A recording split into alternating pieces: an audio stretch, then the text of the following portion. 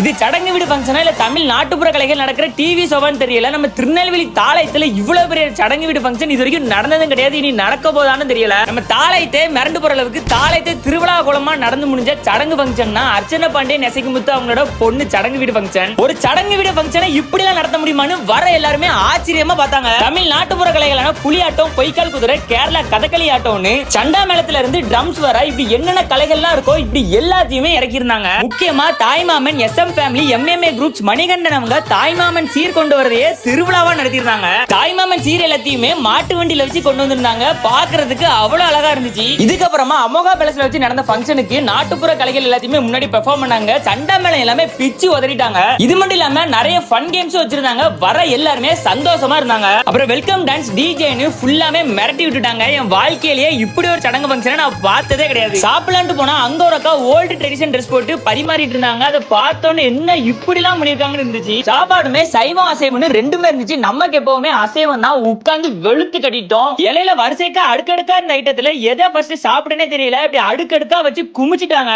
இது வரைக்கும் என்னோட வாழ்க்கையிலே இப்படி ஒரு சடங்கு ஃபங்க்ஷனை நான் பார்த்ததே கிடையாது. நீங்க யாரா இந்த சடங்கு ஃபங்க்ஷனுக்கு வந்தீங்க, அட்டென்ட் பண்ணீங்கன்னு கமெண்ட்ல சொல்லுங்க.